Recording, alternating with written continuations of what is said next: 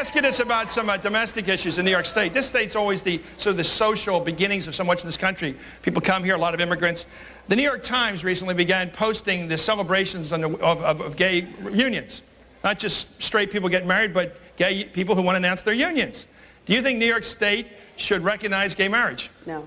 No. Okay. Would you, let's talk about it. I'm going to run through these, and then we're going to this kid right here. Would you apply an abortion litmus test when reviewing judicial nominees, especially the Supreme Court? Would you insist that a person be pro-choice before you accepted them?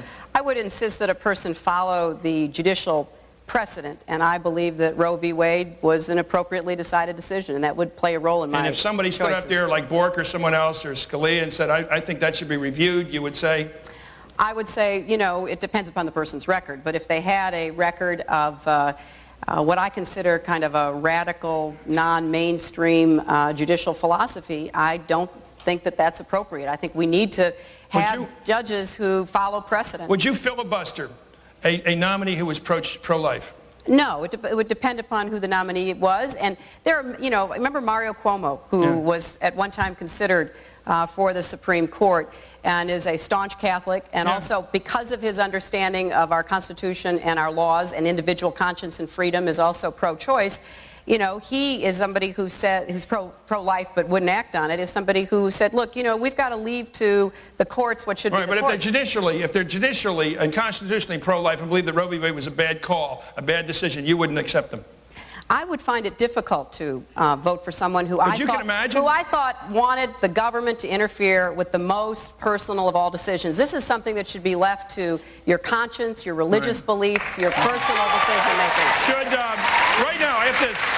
Right now, the Constitution, as written originally, prohibits immigrants from running for president. You have to be native born. Would you like to see that changed, to allow an immigrant to run for president, like the new governor of Michigan, Jennifer Granholm? Well, I think that's one of the issues we should look at. You know, nobody's ever asked me that before. I think we ought to consider it. Yeah, well, we ought to consider it. Do you think I've never thought about it before. If somebody came here and they were 2 weeks old or 6 years old or 20 years old, should Henry Kissinger be allowed to be president? They're absolutely Americans. Should Arnold Schwarzenegger be able to be president?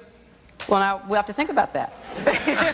In general terms, would you like to see the Constitution reopened in that area? And they you know, I'm very reluctant to have the Constitution reopened because, unfortunately, there are a lot of very powerful interest groups who would do a lot of damage to what our founders tried to set up. So I'm saying no to immigrant presidents and no to gay marriages. Well, I believe in civil unions. I believe in domestic partnerships. I think marriage has both, you know, has a different meaning, and I think. But you would recognize the union in New York State? Yeah, unions and domestic partnerships. Okay, I think. great. Yeah. Thank you very much. Attacked, and all those people were killed, and the Pentagon was attacked.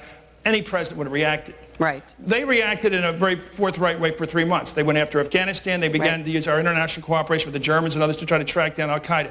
Then came the State of the Union address, and the president made his first big strategic decision. He said, we're going after this axis of evil. We're going to start off with Iraq. Was that a decision you're comfortable with, or do you think we still should have stuck to our guns and going after Osama bin Laden and track down the killers? Well, Chris, I think we can do more than one thing at a time. Well, what should we have given precedence to? Well, I think that the idea, as I understand and have studied this with the administration, is that they believed that they were on the road to routing al-Qaeda. We now, unfortunately, know that it's likely bin Laden is still alive. And as that sends a signal to not only the al-Qaeda network, but wannabe terrorists around the world that, you know, we haven't gotten them. So the job is not done. The attempted linkage between Iraq and what happened to us on September 11th has never been proven, but there is a very strong argument that any rogue state, particularly one headed by a person of such megalomania and a history of gross miscalculation like Saddam Hussein, in this new world where you've got organized terrorists with money and means and global reach, who could therefore get access to weapons of mass destruction, means that we have to put some attention there. I don't think it can be either or. Now, you know, I voted for the Iraqi resolution, and it was a very difficult vote for me. Now, you know, why don't you, straight. Good.